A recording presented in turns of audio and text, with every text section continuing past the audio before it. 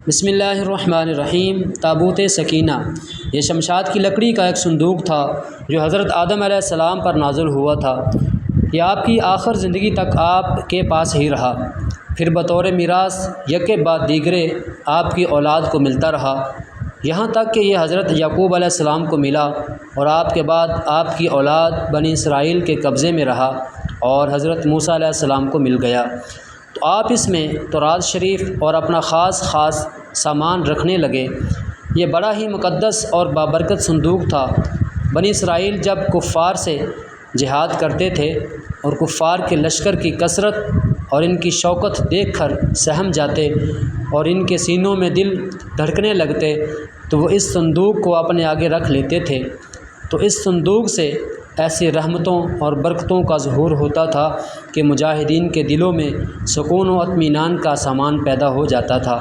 اور مجاہدین کے سینوں میں لرزتے ہوئے دل پتھر کی چٹانوں سے زیادہ مضبوط ہو جاتے تھے، اور جس قدر صندوق آگے بڑھتا تھا آسمان سے نصر من اللہ و فتح قریب کی بشارت عظمیٰ نازل ہوا کرتی اور فتح مبین حاصل ہو جایا کرتی تھی۔ بنی اسرائیل میں جب کوئی اختلاف پیدا ہو جاتا تھا تو لوگ اسی صندوق سے فیصلہ کراتے تھے، صندوق سے فیصلہ کی آواز اور فتح کی بشارت سنی جاتی۔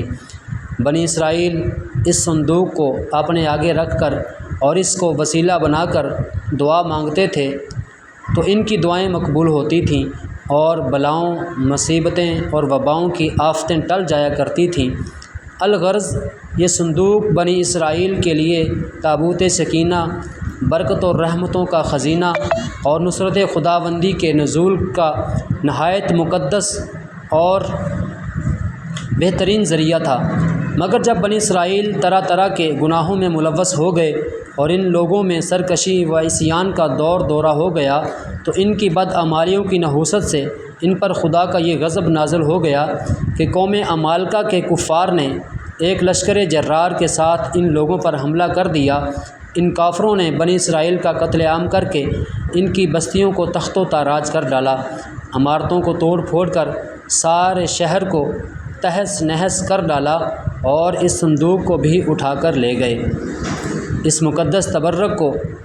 نجاستوں کے کوڑے خانہ میں پھینک دیا۔ لیکن اس بے ادبی کا قوم عمالقہ پر یہ وبال پڑا کہ یہ لوگ طرح طرح کی بیماریوں اور بلاؤں کے ہجوم میں جھنجھوڑ دیے گئے۔ چنانچہ قوم عمالقہ کے 5 شہر بالکل برباد اور ویران ہو گئے، یہاں تک کہ ان کافروں کو یقین ہو گیا کہ یہ صندوق رحمت کی بے ادبی کا عذاب ہم پر پڑ گیا ہے، تو ان کافروں کی آنکھیں کھل گئیں۔ چنانچہ ان لوگوں نے اس مقدس صندوق کو ایک بیل گاڑی پر لاد کر بیلوں کو بنی اسرائیل کی بستیوں کی طرف ہانک دیا۔ پھر اللہ تعالیٰ نے 4 فرشتوں کو مقرر فرما دیا جو اس مبارک صندوق کو بنی اسرائیل کے نبی حضرت شموئیل علیہ السلام کی خدمت میں لائے۔ اس طرح پھر بنی اسرائیل کی کھوئی ہوئی نعمتیں دوبارہ ان کو مل گئی، اور یہ صندوق ٹھیک اس وقت حضرت شموئیل علیہ السلام کے پاس پہنچا جب کہ حضرت شموئیل علیہ السلام نے طالوت کو بادشاہ بنا دیا، اور بنی اسرائیل طالوت کی بادشاہی تسلیم کرنے پر تیار نہیں تھے، اور یہی شرط ٹھہری تھی کہ مقدس صندوق آ جائے تو ہم طالوت کی بادشاہی تسلیم کر لیں گے۔ چنانچہ صندوق آ گیا اور بنی اسرائیل طالوت کی بادشاہی پر رضامند ہو گئے۔ تابوت سکینہ میں کیا تھا؟ اس مقدس صندوق میں حضرت موسیٰ علیہ السلام کا عصا اور ان کی مقدس جوتیاں، اور حضرت ہارون علیہ السلام کا امامہ، حضرت سلیمان علیہ السلام کی انگوٹھی، تورات کی تختیوں کے چند ٹکڑے، کچھ من و سلوہ، اس کے علاوہ حضرات انبیاء کرام علیہم السلام کی صورتوں کے حلیے وغیرہ سب سامان تھا۔ قرآن مجید میں خداوند قدوس نے سورۃ البقرہ میں اس مقدس صندوق کا تذکرہ فرماتے ہوئے ارشاد فرمایا، ترجمہ کنز الایمان، اور ان کے نبی نے فرمایا، اس کی بادشاہی کی نشانی یہ ہے کہ آئے تمہارے پاس تابوت جس میں تمہارے رب کی طرف سے دلوں کا چین ہے اور کچھ بچی ہوئی چیزیں ہیں، معزز موسیٰ اور معزز ہارون کے ترکہ کی اٹھاتے لائیں گے اسے فرشتے، بے شک اس میں بڑی نشانی ہے تمہارے لیے اگر ایمان رکھتے ہو۔ درس ہدایت۔ معزز سامعین و حضرات، تو معلوم ہوا کہ بزرگوں کے تبرکات کی خداوند قدوس کے دربار میں بڑی عزت و عظمت ہے، اور ان کے ذریعے مخلوق خدا کو بڑے بڑے فیوز و برکات حاصل ہوتے ہیں۔ دیکھ لو، اس صندوق میں حضرت موسیٰ علیہ السلام کی جوتیاں،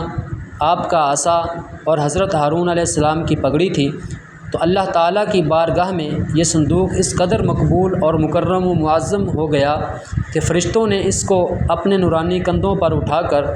حضرت شموئیل علیہ السلام کے دربار نبوت میں پہنچایا، اور خداوند قدوس نے قرآن مجید میں اس بات کی شہادت دی کہ فیہ سکینۃ من ربکم،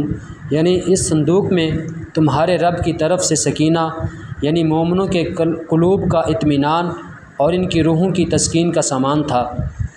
مطلب یہ کہ اس پر رحمت الہی کے انوار و برکات کا نزول اور اس پر رحمتوں کی بارش ہوا کرتی تھی۔ تو معلوم ہوا کہ بزرگوں کے تبرکات جہاں اور جس جگہ بھی ہوں گے، ضرور ان پر خداوندی کا نزول ہوگا، اور اس پر نازل ہونے والی رحمتوں اور برکتوں سے مومنین کو سکون قلب، اطمینان روح کے فیوز و برکات ملتے رہیں گے۔ اس واقعہ سے یہ بھی معلوم ہوا کہ جو قوم سرکشی اور عصیان کے طوفان میں پڑ کر اللہ و رسول صلی اللہ علیہ وسلم کی نافرمان ہو جاتی ہے، اس قوم کی نعمتیں چھین لی جاتی ہیں۔ چنانچہ آپ نے پڑھ لیا کہ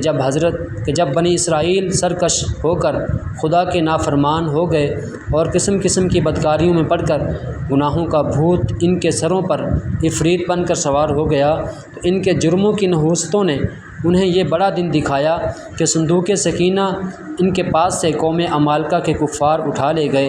اور بنی اسرائیل کئی برسوں تک اس نعمت عظمیٰ سے محروم ہو گئے۔